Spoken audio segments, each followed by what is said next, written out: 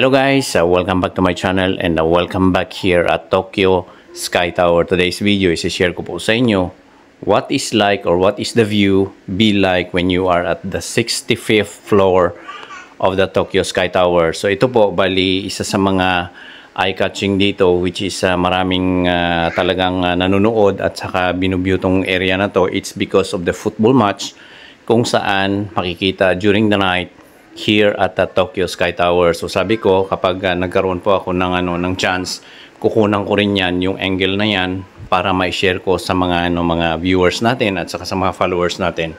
So yan, what it feels like to watch a football match when you are at the 65th floor of the Tokyo Sky Tower. So yan po, sinishare ko lang sa inyo.